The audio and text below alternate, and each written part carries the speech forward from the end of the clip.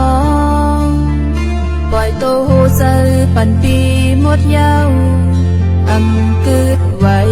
สักก็ปลื้มใจทักง่ายป้นแลถึงที่สุดได้กาตั้งตกน้ำตาพอข่มใจก็ว่าเลยเป็นน้อยเยา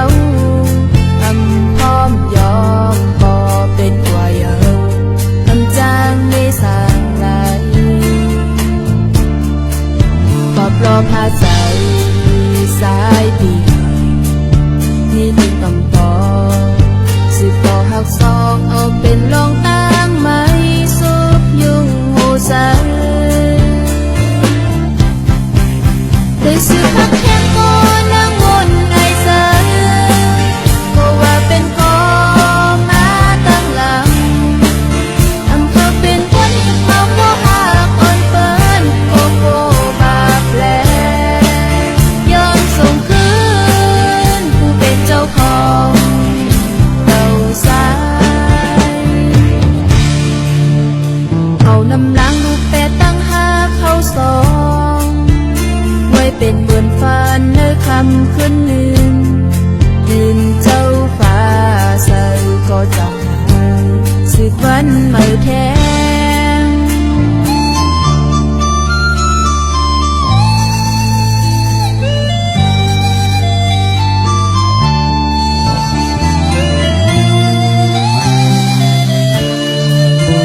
ก่อนได้หูถึงว่าใจมีเจ้าของปล่อยโตโหเซอปันปีหมดยาวอำกึดไว้สักก็ปลื้มใจทักง่ายป้นแลถึงที่สุดได้กาตั้งตกน้ำตาพอข่มใจก็ว่าเลยเป็นน้อยเยาอำพร้อมยอมก็เป็นกว่าเยาอำจางไม่สร้างไหล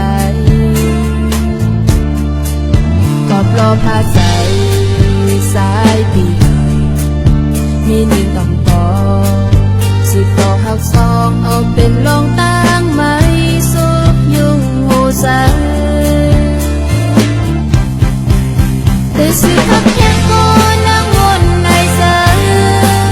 ก็ว่าเป็นก็มาตั้งหลังอำเภอเป็นคนเอาก็หักอ่อนเปิ้นโกโก้บาปแลย้อนส่งคืนผู้เป็นเจ้าของเต่าสาย